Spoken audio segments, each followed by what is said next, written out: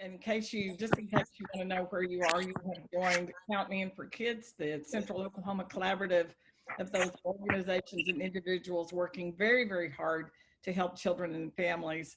Welcome. We have a very wonderful program today. It's an exciting program. I'm very anxious to hear it. And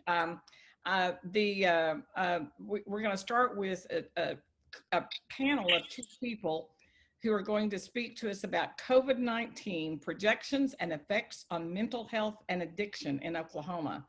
And they're going to talk from 11:35 to 11:55 a.m.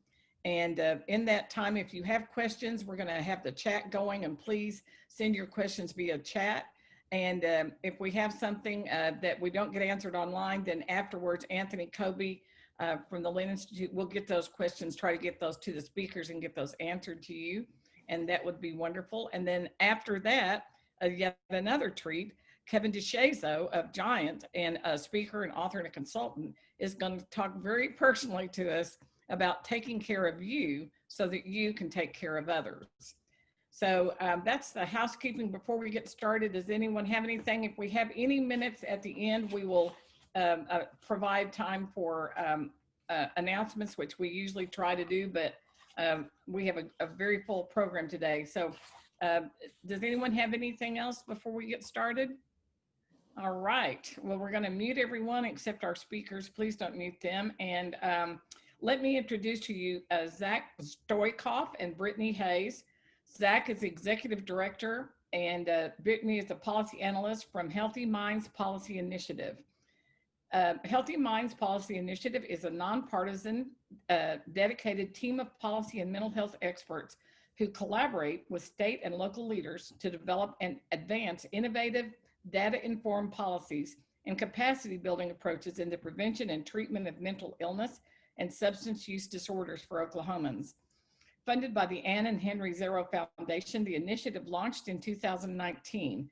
The work stems from the 2018 Tulsa Mental Health Study and Plan, which called for a policy-focused initiative to build a culture of convening and problem-solving around mental health. Please join me in welcoming Zack and Brittany. Zack, you have the floor. Nice to meet you officially. Yeah, nice to meet you, Karen. Thank you so much for that introduction. People hear that and they ask, what does Healthy Minds actually do? And we kind of say, well, a little bit of everything. We're a policy action team, policy ninjas, if you will. So as you know, Healthy Minds Policy Initiative was launched in 2019. One of our first major policy forays was tackling the mental health impacts of COVID-19. We all know intuitively that COVID-19 brings about major mental health challenges. We all feel it to some degree. We've been dealing with it for months. In fact, there have been studies that show, as you know, that potentially 40 to 45% of Americans have experienced elevated anxiety or fear of getting the virus.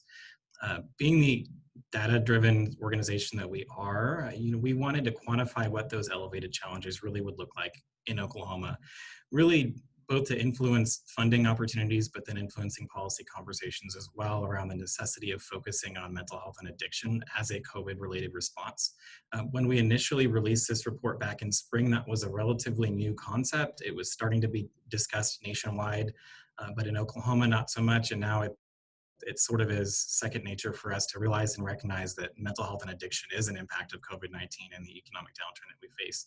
But this report was really the first time that anybody that we're aware of had a really quantified state level numbers to that effect in Oklahoma, and really started to look at what we would have to do to ensure our mental health treatment system is capable of handling that increased need.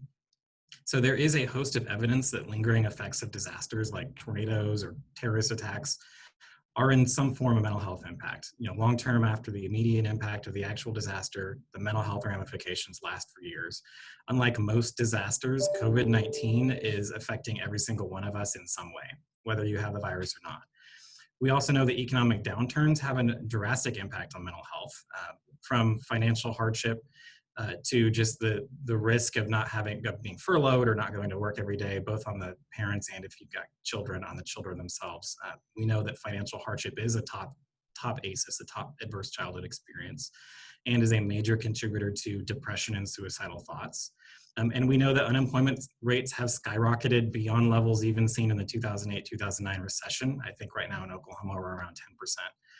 So using historical evidence and emerging national projections on both sides of this, both the trauma of the virus and the fear and anxiety of the virus itself, and on what we've seen from largely the 2008-2009 recession of mental health and addiction impacts, we released a report that had been updated a couple times since then, really projecting a 12-month impact of COVID-19 on mental health and addiction in Oklahoma.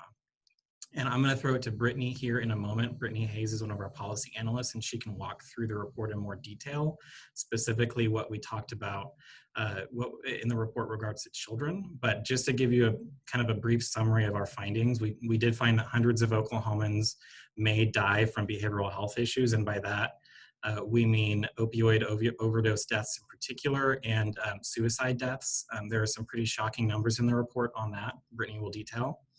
We did also find that there is a measurable impact and correlation with suicide ideation and attempts, pretty substantially actually, from a pandemic of this kind. And that we know that from past experience that childhood mental health needs will increase. And unemployment and financial stress as well will cause some additional drug addiction and alcoholism uptake in Oklahoma. So I will leave you with a thought before I pass to Brittany that we did not put out this report to say that it is doom and gloom in Oklahoma, that we are facing this dire crisis just for that sake alone. We put out the report really to show that we can avoid and prevent a lot of these deaths, a lot of this hardship by properly investing in mental health services. Our report released along with it several recommendations that actually had been implemented largely in the Oklahoma legislature, and one was passing a bill called mental health. Thanks, sorry about that. One was passing a bill called the Mental Health Parity and Addiction Transparency Act, Senate Bill 1718, that ensured compliance with federal parity law, which essentially means that in the state of Oklahoma, you are treated fairly and equitably if you're an individual experiencing mental health and addiction by your insurer. So there are no greater restrictions or barriers to care that are put up for you as a consumer of mental health services versus a consumer of quote unquote physical mental health services, or what we would call medical surgical. And then two was ensuring that the Department of Mental Health is at least held level in spite of the budget crisis we were facing. That largely took place. They had a small cut, but their services largely intact. And then really ensuring the Department of Mental Health and the services that are funded through that are undistracted by different proposals that were around last legislative session to radically alter the administration of Medicaid and mental health services under the Department of Mental Health, keeping those services streamlined and intact so that providers are undistracted and able to focus on the crisis at hand. And all three of those really were carried out this session. Brittany, would you like to get into a little bit more detail about the report? Yeah, that sounds great. So we'll kind of go in the order that Zack talked about. The first is general behavioral health issues. One of the first statistics that he told you was that nearly half of Americans are anxious about the possibility of getting COVID-19, and 40% are anxious about dying or becoming seriously ill from the virus. What that doesn't denote is that of adults experiencing increases in economic strain, those are the individuals who are nearly double or 50% more likely to experience mental distress as a result of those economic issues. So one of the things that you'll see that courses through the entire presentation is what the impact of economic decline is on mental health and on substance use. And just to answer Deirdre's question as well, if you have the PowerPoint, the link to the report is actually on the very last slide. I'm more of a text person, so if you want to follow the text, and Zack just put it in the chat box, so if you'd rather follow the text than the PowerPoint, then definitely feel free to do that. One of the next things that Zack highlighted was suicidal ideation and suicide attempts. So because we're sort of coursing unemployment through this strain, what we've noted by previous studies largely done in the last economic recession is that for every 1% increase in unemployment, there's actually a 1.6% increase in suicide deaths, right? That's the correlation that they found to be true during the course of the last recession. So if we use those economic projections and we say that unemployment is at 10.8%, that means that over the course of the next year, about 9,400 Oklahomans will attempt suicide. Of those individuals, of Oklahomans, nearly 34,000 will experience suicidal ideation, right? So we're familiar with, for every suicide, the numbers are more generally gauged for kids, but for every 800 kids that have suicidal ideation, that means that there are 400 kids, sorry, I'll get to that on the next slide.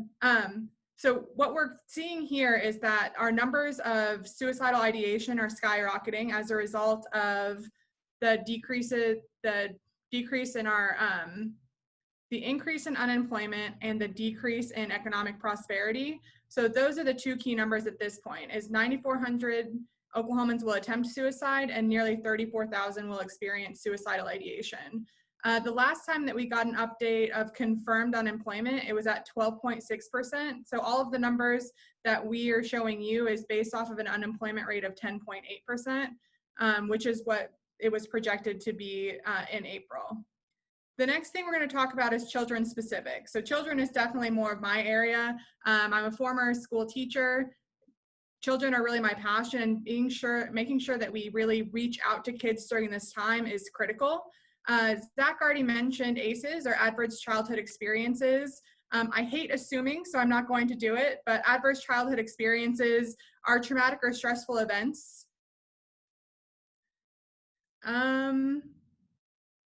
If I can screen share, then I have the PowerPoint pulled up that I can show. Or if you want to put it up, okay. 1 second.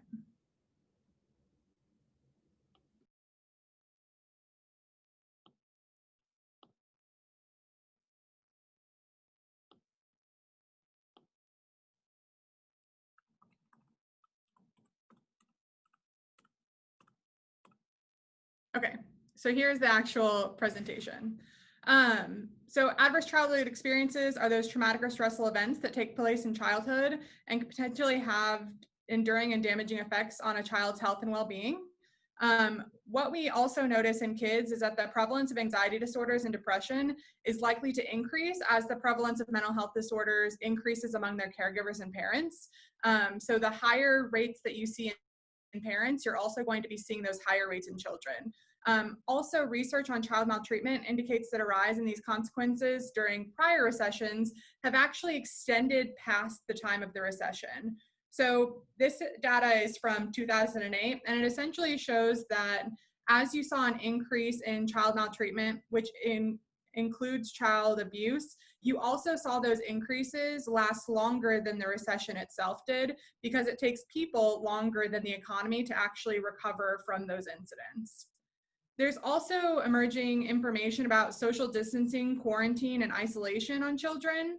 So again, we're connecting everything to parents because we're really talking about those family units as a whole. We can't just look at a child in a vacuum and tell you what's going on with them. We really have to look at that entire family unit. So 1 in 4 parents who have been quarantined report levels of stress that meet a PTSD diagnosis. And when we say quarantine, we literally mean quarantine, right? Not social distancing where you remain 6 feet apart from each other, but actual quarantine where you're not getting that sort of outside socialization. Another post-pandemic study found that 30% of children who had been quarantined or experienced isolation, again, different than social distancing, met the diagnostic criteria also for PTSD, and that the levels of stress that they experienced were 4 times as high as children who hadn't experienced those same measures. One of the things that we talk about when we talk about COVID-19 and children's mental health is that it's not just what's happening in these periods. It's really about how we recover and what those scenarios look like. For a lot of kids, they get a lot of healthy social exposure at schools, but we know that schooling's not going to look like it did previously, even if it temporarily does in some locations. So measuring out what's happening to children is definitely something that's going to take time. You don't experience an ACE and then the next day it begins to show day to day, right? These are really long-term effects. So one of the things to note here is that children and youth really need the support systems, and they need those stable adult relationships because they often act as a buffer to toxic stress. And what we're seeing, so toxic stress is strong, frequent, or prolonged stress, which we've all been going through COVID-19. We know what that looks like. And COVID-19, what children are experiencing is likely to be determined to be toxic stress. We know that for instances of toxic stress, there's an increased risk of stress-related disease and cognitive impairment that doesn't just last through that youth time frame. It actually goes well into adulthood. Looking at the same unemployment estimates that we looked at before, you can see a possible increase of 94% of children experiencing mental health issues. That doesn't mean that 94% of all children will increase it, but of the numbers that are already existing, you could possibly see a 94% increase from those numbers. We already talked a little bit about adult suicide, but children and youth suicide is something completely different when we look at those relationships and we look at prevention strategies, because a lot of the suicide prevention that we do is actually in schools. So research in this instance points to an inverse relationship between suicide and academic success. Generally, academic success has a really easily measured metric, right? Like they're doing well in school, the teacher's giving you good progress reports. But in a world where we have virtual education and in a world where schools don't look like they normally do, it's a little bit harder to determine what that academic success looks like. So youth with school problems were identified as being 3.1 to 7.4 times more likely to attempt suicide than those without problems in school. Also, it depended on gender and ethnic background, but you still see this about 3.1 times more likely to attempt just based on that lack of academic success. So the more likely that a student is to be successful in school, the less likely they are to have a suicide attempt. But as we don't know what success looks like, those numbers might also be increasing. We also know that suicide accounts for 15% of the deaths among youth and adults aged 10 to 24, and it's the second leading cause of death in the same age group. It's the third leading cause of death among individuals who are 15 to 19.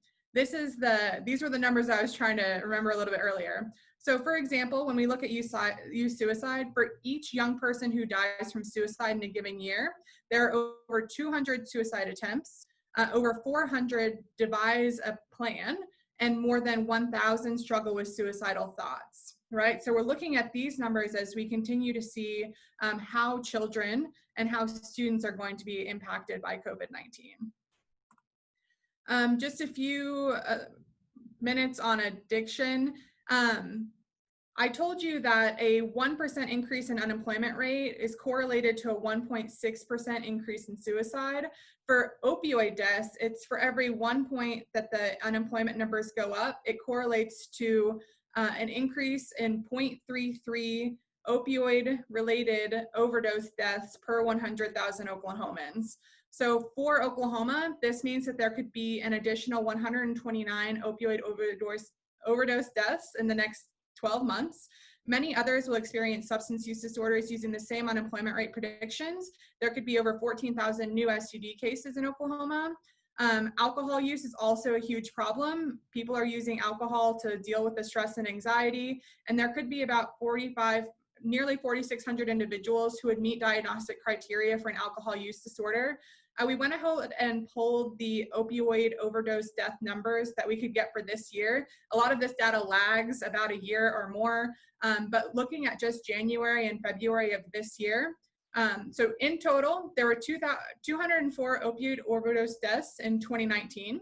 In January and February of this year, there have been 368 overdose deaths total, and 72 of those involved opioids. So if you were to take the methodology that they used and apply it, that means that we're looking at over 600 more opioid deaths than we had experienced over the same period of time last year. And that was in January and February when we weren't experiencing COVID-19. So we were already seeing an increase over 2019 numbers, and we anticipate that we'll see an increase related to COVID as well. And I'll relay it back to Zack. He talked about a few of the policy recommendations, but here are a few more. And I would stress too on the children's side that when we go looking forward to this, we really do want to we want to talk about data collection in schools chiefly. We want to talk about how are we tracking and sustainably seeing the number of children who have increased mental health needs. And one piece of that puzzle is the Oklahoma Prevention and Needs Assessment tool, which is administered by the Department of Mental Health, which does categorize from a broad school level standpoint basic needs in your school with mental health and addiction. So it would ask very simple questions, but it comes up with a really comprehensive school level need, not an individual level need. But that data would help a school in crafting really behavioral health supports and what kind of community partnerships are needed with providers in the community to access those services in the school. And one other issue that we might mention that's not really denoted here, but really looking at what is a great integrated framework or multi-tiered system of support to implement in our schools. So many schools, specifically with OKC Embrace in Oklahoma City, have a solid MTSS program, and including there's a State Department of Education grant that works in several rural school districts to implement MTSS, as I'm sure most of you are well aware. But expanding an MTSS model statewide would be key, and that would essentially be identifying levels of need in students and assigning proper levels of care based on community partnerships and in-school resources to see that would be that those needs would be met. And I think that's all for us. So I'm going to stop sharing my screen, but we'll be sure that you get the link to the report and to the PowerPoint. Wow, what a great discussion. I have a feeling we could talk about this for hours. I so greatly appreciate, Zack, you and Brittany. This has been a very informative update, and I assume that we will be sending out the PowerPoint and the report and making that available to the members. And also the reference, Zack, in your part of the presentation, the last slide indicated that the document that we could use to evaluate our schools' mental health, is that available to members as well? Are you referencing the Oklahoma Prevention and Needs Assessment tool? Yes. It is available for schools to administer with help from the Department of Mental Health. All right. So they would access that through the Department of Mental Health? That's correct. There's a website. I think we can just post a link in here on the OH page. Oh, wow. That is just, that is outstanding. Well, thank you both for being with us, and you're welcome to attend. While we're switching gears here, I would remind you all that the next meeting for Count Me In for Kids is October 20th. Again, it is scheduled to be a Zoom meeting at 11:30. You'll receive other notices of that. And then soon you'll be receiving the 2021 schedule, which we certainly hope we're all able to get together physically in a meeting at that time. And now we're going to switch gears and get to hear from our next speaker, who is Kevin DeShazo. He's the founder of Fieldhouse Media and a partner with Culture Wins, a division of global leadership development firm Giant Worldwide. He's the author of Leadership Interrupted, Daily Inspiration to Become the Leader You Were Meant to Be, and Keep Chopping Wood, an Ordinary Approach to Achieving Extraordinary Success. With the current health crisis, all of you have been called upon day in and day out to take care of situations and deal with circumstances that have been exacerbated by the pandemic: intense need, uprooting of families, increased abuse, lack of reporting, family crises, etc. But how can we as providers for very vulnerable populations keep ourselves from experiencing situational fatigue, increased stress, burnout, and even anxiety and depression? Kevin is a seasoned professional who has spoken to thousands. He brings a combination of energy and practical application to help individuals be the best version of themselves, better at communicating, better at connecting, and better at taking care of ourselves. Please welcome Kevin DeShazo. And I do not see him. Is he on? Can you see me? Oh, there you are. Awesome. Good morning. Sorry. Hello. Morning. Kevin. Morning. So appreciative of time with you all. Man, Zack and Brittany, I don't want to say that was incredible. It was incredibly useful. That information, like that, it matters. And those are conversations that I've been having with teams and leaders and organizations. And it's really good to have some of that data to back it up, because it is, yes, COVID is serious, but there are a lot of other things that are really, really serious that we have to be paying attention to as we battle all of these things. So I appreciate you guys sharing that. So this morning to talk about what it means to lead yourself well. You guys cannot give what you don't possess, right? And you are charged with leading and caring for some of our most vulnerable. And you can't do that if you're on empty. You can't do that if you're stressed out, if you're exhausted, if you're negative, if you're anxious. You're not gonna multiply peace and hope and belief and positive energy into people if you don't have that within you. So I want to talk about that a little bit and give you, again, maybe a 30,000 foot view of that, but also some really practical tools to use for yourself, to use within your team, to use with your family. But I want to start out with a story. I do a lot of my work is in sports. I do kind of work kind of everywhere, but sports and education are kind of two of my main areas.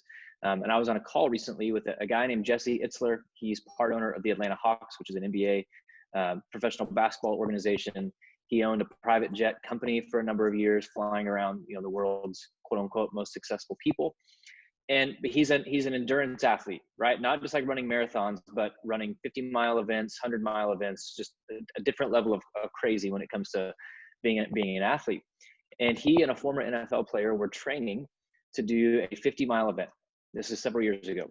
And they kept maxing out at 38 miles. They couldn't get past that 38-mile mark. And they were saying even out loud, like, this is our max. Like, we can't get past 38, but we've got to do 50. What are we going to do? We don't know how to change, how to get better. Well, they found this Navy SEAL, this former Navy SEAL, who had taken a guy and trained him from running 5 miles to running 100 miles. And so I said, okay, he just 20x'd that guy. I need him to 20x my running, my mindset, my finances, my business, my family, like all of it. We've got to get this guy out here. And so they fly this guy out for the weekend. And the first night, they're just hanging out and telling stories. And Chad is this Navy SEAL. He's got this crazy long beard. And night one, Chad doesn't really say anything. He's just sitting there stroking his beard, and they're telling stories. And Jesse, his friends were texting him saying, like, so what'd you learn? Like, what'd you get from him? He's like, I learned nothing. Like, the guy didn't say anything. We just sat there and told stories all night. They're like, seriously? Like, yeah. He's like, I don't know what to expect. So the guy says, okay, we begin at 0500 tomorrow. I'll meet you in the kitchen at 4:45. Like, all right, this is it. He's going to give us like the secrets. And so they get there at 4:45. He's like, all right, guys, today you are going to blow through 38 miles. You're going to do better than you run farther than you've ever run. And it's because of these 3 rules. I said, number 1, you're not going to give your pain a voice. He's like, when you're running, you're going to be tired. You're going to be hurting. And he goes, if you think about that, you're done. He said, so every time, and they're running laps. So like, I like to run through Oklahoma City. Like, I run through neighborhoods, right? So like, I'm seeing homes and businesses and like the landscape of our city. They're just running laps at a track. And he said, every lap, I'm going to ask you how you're doing. And you're going to yell out, I'm doing terrific. So you're going to tell me that I feel terrific. You're not going to focus on your pain. You're going to tell me that you feel terrific. He said, rule number 2 is no negative talk. No cursing. Like, you're not going to sit there and say, this is awful. I hate it. This is miserable. It's too hot. He goes, you're not going to complain. He goes, instead, every lap, you're going to find one thing that you're grateful for. You're going to stir up gratitude. He said, rule number 3 said, don't die in the chair. Basically meaning, don't be on the sidelines. You're going to get in the game. It's like, those are the 3 rules. They're like, wait, that's it? Like, you're like, nothing for nutrition. Like, you're not going to change my form, my cadence. It's like, just, that's it. He's like, that's it. So sure enough, they get out. They blow through 38 miles. They blow through 50 miles. His running partner doubled his personal best. They changed nothing but the way they thought. Like, mindset is such an overused thing right now, but it's so critical to everything we do. And by the way, when I talk about mindset, I'm not talking about like anxiety, depression. Like, those are, it's a different level, right? So I'm not, these are separate things. He said, but it just, all we did was change our mindset, and we realized we were capable of far more than we initially thought. Fast forward to 30 days later, Jesse and his coach Chad are doing a 100-mile event. Remember, 30 days before, he was done at 38 miles. Now he's doing a 100-mile event. They get to mile 75, and Jesse's just done. He's tired. He's not feeling great. He catches up with Chad. He's like, oh man, I'm tired. Chad goes, you know what's crazy? He goes, I've got this weird secret. He's like, I don't get tired. Isn't that the craziest thing you've ever heard in your life? He's like, I don't get tired. Jesse was like, awesome, man. I do. And I am. He's like, no, you don't. He's like, you don't get tired either.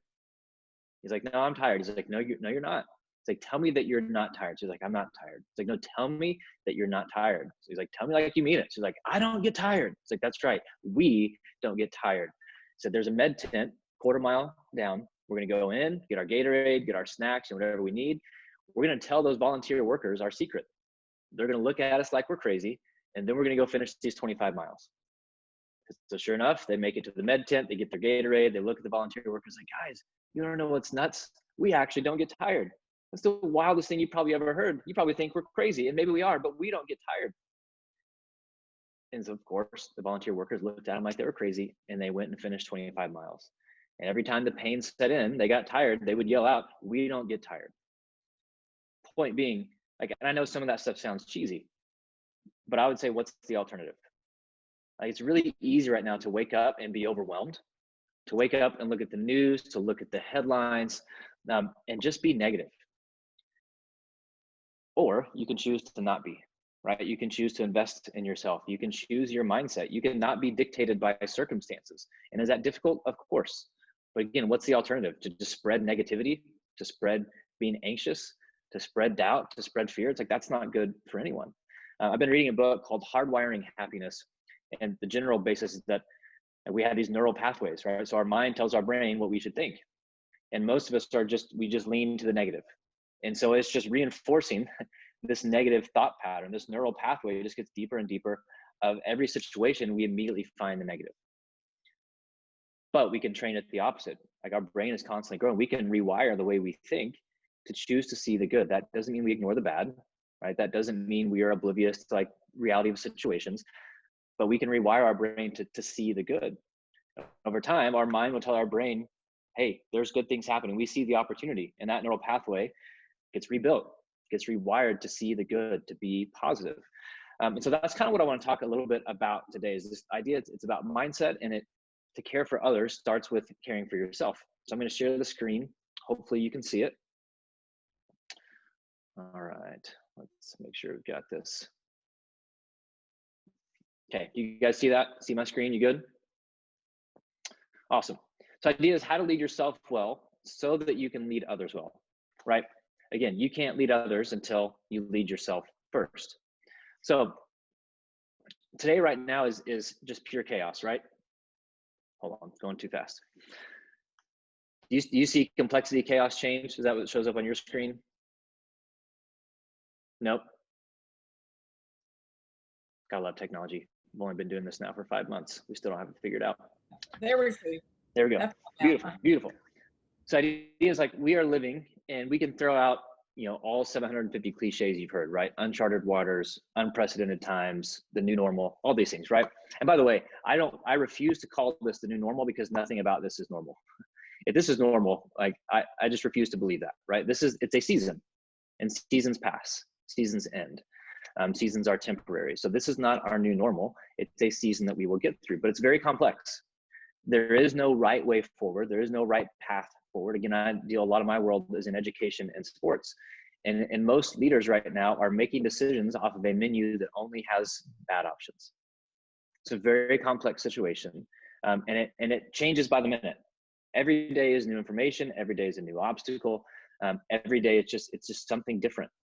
And some people love that change, right? Some people love the challenge. For some people, that's exhausting, right? They can't, every time they think they have somewhat of a grasp on it, it all changes. And so it's just chaos, right? Every new headline, every new report, every new, and even, trust the science. Well, what science? That doesn't mean scientists are bad. It means science changes. Like, it's a new situation. What was true in March isn't true today. And so again, that's not to say anybody's being dishonest. It's just really difficult. Looking at college football right now, there's one conference, their doctors are saying this is dangerous, don't do it. Well, there's 4 other conferences, their doctors say it's safe. Who's right?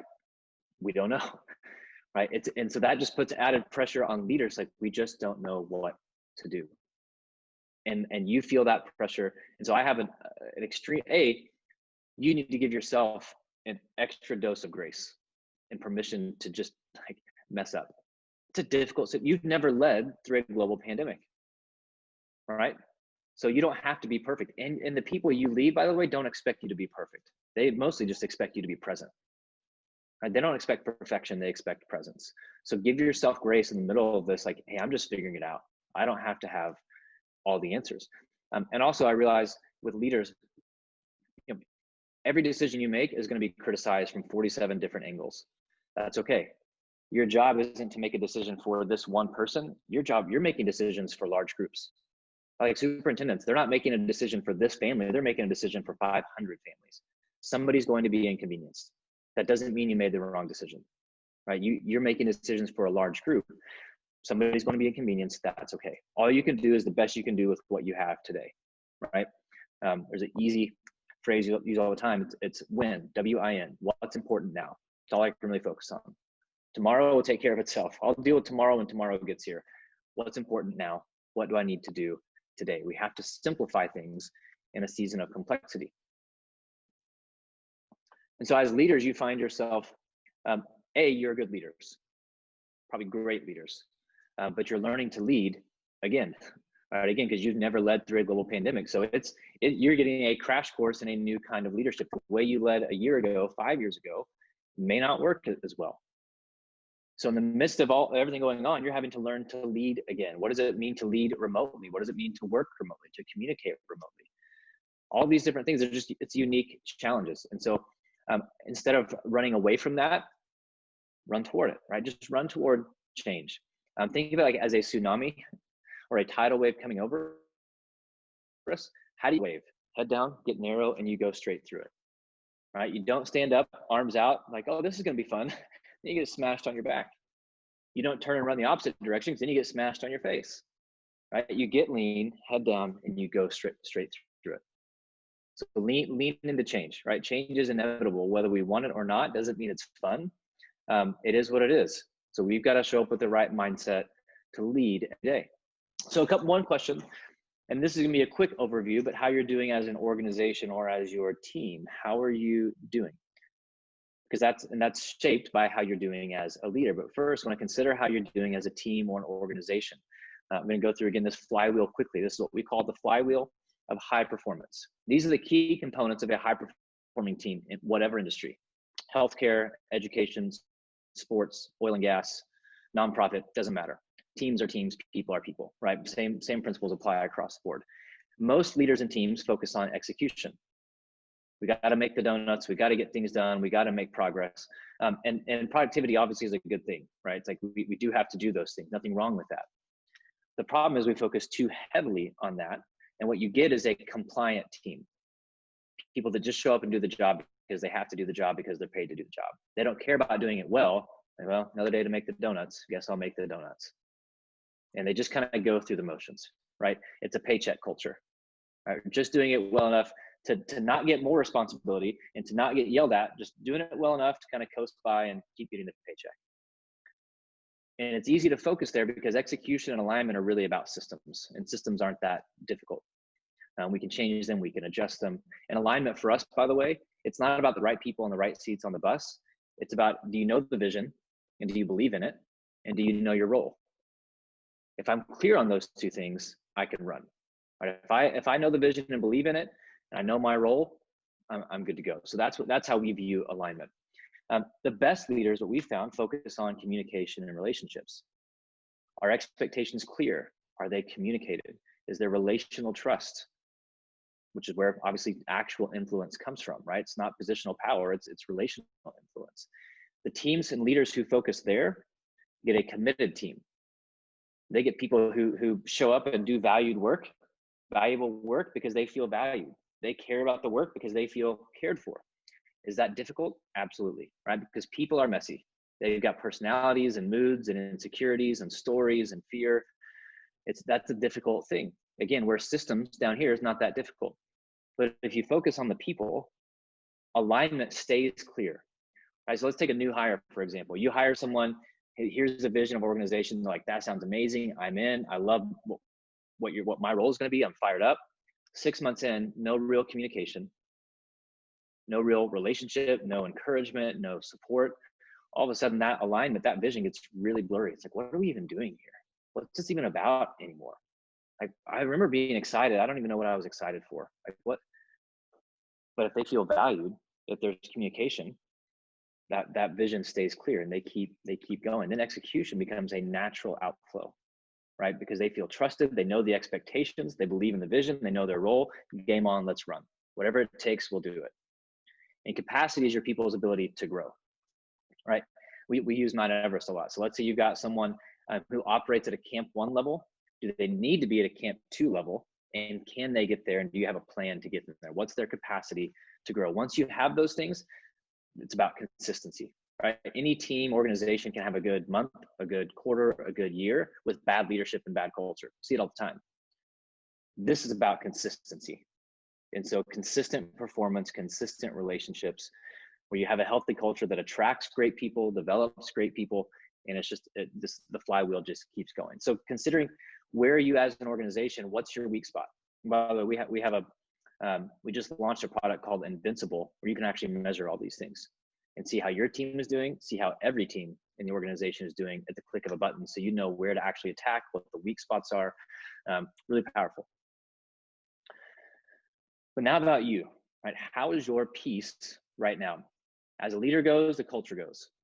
So that was kind of talking about team culture, and you're probably thinking, oh, I need to talk to Jessica because she's messing this up, or man, Steve, he's always whatever. But look at the leader first. As a leader goes, the team goes, and the culture goes. So how is your piece right now? How are you showing up as a leader? I want to walk through a tool to help you consider this, because we always ask a question like, how you doing? Oh, I'm fine, or I'm busy. We never give real responses. And so I want to walk through this, and I'll show you how to actually use this tool. I'll give you my example, but be filling it out as we go along. So number one is your purpose. And what we're going to do, we're going to rate each one of these circles 0 to 100. Each circle is 0 to 100. So purpose is, do you feel like you're contributing to something bigger than you? I don't believe in, by the way, this idea that your purpose should be your work. Could be, right? It's like your calling should be your vocation. I feel like that's a burden to put on people. It could be, right? But do you feel like in life in general, like you're contributing to something that matters, that you're a part of something bigger than you? Again, that could be your work, that could be a hobby, that could be what you do on the side, whatever. But we built this culture around your purpose being your work. It's like, well, if you're a mechanical engineer at an oil and gas company, that's your job. You should work at it as hard as you can, do honorable work. That doesn't mean it's your purpose, right? So where's your purpose? For me right now, I feel like my purpose in general is just to help people get better. Good news, I can do that anytime, whether there's a pandemic or not. I think that I kind of get paid to do that, so it kind of works out for me. But for me right now, my purpose is probably 95%. People. So where are you at on purpose? 0 to 100. People, how are your key relationships? Could be spouse, could be boss, could be your team, could be parents. Are the relationships good? Are there difficult conversations need to take place? I'm probably at, people's a key for me, I'm probably 75, 80% right now. Mostly good, couple small issues, but mostly good. EMPS, emotional, mental, physical, spiritual health. Like overall, how healthy are you? Overweight, you have sickness, anxiety, stress, depression, whatever, like where are you at? This is so critical. Like this is a massive, massive thing for leaders. For me right now, I'm probably as healthy as I've been in a long time because I've made it a priority. There are certainly times in my life where this has been very, very low. People are like, oh, you're healthy. I'm like, no, I'm skinny. That's different in terms of physical health. Like I run, I take care of myself, I work on mindset, all of these things. So probably 90, 95%. Provision, do you have the money that you need? Not what you want, but money that you need. This for some has been an issue. It was fine 7 months ago, now it's not. Now it's a stress. 0 to 100, where are you? Place, your apartment, your house, your neighborhood, your city. Do you like where you live? And again, place could have been awesome 7 months ago. Or now home is work. And so maybe your home is now a stressor, right? So it went from a 90 to a 20. Okay, now we know where to attack. So then you add all those up, divide by 5, you've got your peace index. And we would say 80 and above, you're in a good spot. Keep those habits going, keep doing what you're doing. 60 to 80, you need to change some things. Under moderate stress, could go south really quick, or could step up pretty quick. Below 60%, you're under extreme stress, and we should probably have a conversation. And I'll give you my phone number and email later. I won't promise answers, but I will promise to listen and try to walk you through it as best we can. So question becomes, what is your peace index? And what are you going to do this week to start increasing your lowest number? So if place was your lowest, attack that. If place was a 40 for you, can you get it to a 50 within a week? Don't try to go from 40 to 80, right? That's a burden. Can you go from 40 to 50? Then can you get from 50 to 55, right? Slow increases, slow progress. Now we're talking about work-life balance, which we know is a myth, right? It doesn't work. There are probably 20 million hits on Google for work-life balance. Everyone's talking about it, but nobody's actually doing anything about it. We've created a system that we think works really well for it. It's called the 5 years. And we use this, my family, use it with our team. Again, I'll go through it quickly. We have a book on it called the 5 gears. We've got a free platform. You can work through some of this stuff as well. 5th gear is focus mode, which is you're just headphones in, door shut, getting things done. No email, no phone calls, no texts, like just being extremely productive. 4th gear is where most of us live. We work on a project, we get a text, somebody walks in for a meeting, we get a phone call. We're multitasking. Most of us live there. And because we live there, we're not actually doing any focused work, right? We're always kind of giving things half of our attention, half of our best. 3rd gear, social mode. Don't have this as much anymore, but where we go to dinner with friends, go have a team lunch, go just hanging out, right? Just social time. By the way, our team does this now via Zoom. Every other week or so, we just have 3rd gear on Zoom, where we get on Zoom and we talk about anything besides work and COVID. We just talk. How's the family? How's life? What are you up to? Just a way to connect. 2nd gear is connect mode. Date night, coffee with a friend, one-on-one, like deeper than 3rd gear. It's like, how are you really doing? And then 1st gear is recharge. How are you making time to rest? What is and crashing is not resting. Crashing is crashing. Binge watching is not resting. That's crashing. What are you doing to rest? And so I want to give you take a screenshot of this, just a idea for a calendar of your day, right? Wake up in 1st gear. Don't wake up and check email. Then you're already in 4th gear before you ever get out of bed. Wake up, read, wake up, take a walk, right? Take time for you. If you're not getting 1st gear, you're on empty. You have to make you a priority. It's not selfish to make time for you. That's actually the best thing you can do for yourself and for those you love and for those you lead, is to take time to work on you and figure out what recharge looks like for you. Maybe reading, maybe exercising, maybe taking a nap, maybe going for a walk. My wife will just go walk around Target without our family. She's like, I don't want to buy anything. I just want to go walk the aisles without anybody being with me. Great. For me, I go run and listen to a podcast, listen to music, right? But figure out what recharge looks like for you. So what should a calendar look like for you? When should you be in which gear? And communicate that with the team. So they know when you're in 5th gear, no interruptions. I'll be done in an hour. Then we can talk, then we can hammer out whatever your issue is, but this needs my best attention right now. And again, we use this at home. My kids will, hey dad, are we supposed to be in 3rd gear right now? Because I'm on my phone in 4th gear, right? Present, but not really present. So then last thing I want to walk through real quickly is be aware of how you communicate challenge in this season. Texting, we miss the emotion. Email, we miss the emotion. Phone calls, a little better because we can hear tone. FaceTime, Zoom, maybe as best as we have right now. But if you're going to have a difficult conversation with someone, accountability, challenge, we need to be able to see face. Don't bring challenge to someone via text. Don't bring challenge to someone via email. Like if you need to have a difficult conversation, think about what it looks like.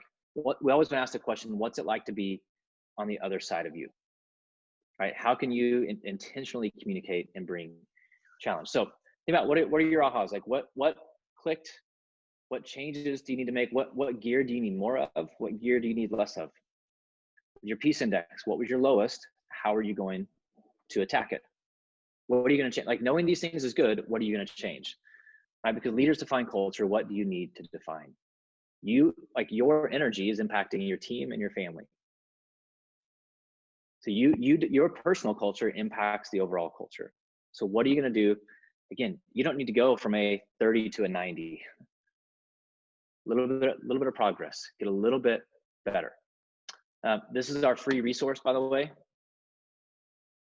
You can get all of our tools are on there for free. 5 Voices, our personality assessment and system, it's on there for free. It's got a personal coaching channel. A lot of the stuff we talked about, they're going to be in the toolkit that's on the platform. That's free. The Invincible is the team platform, which is paid, but this is just for your own personal leadership development. Used by Google, used by University of Oklahoma, used by Chick-fil-A, used by Delta, used by the Air Force, churches, nonprofits, kind of all the way down the board. I'll put this link in the chat as well, but giant.tv/culturewins, free forever. This is my info. That's my cell phone. That's my email. Truthfully, if you have questions, text me, call me. I'm always happy to sit and chat, work through any issues. I know these are stressful times and leadership can be lonely. You can often feel isolated. And so I'm happy just to be a listening ear to be whatever resource I can.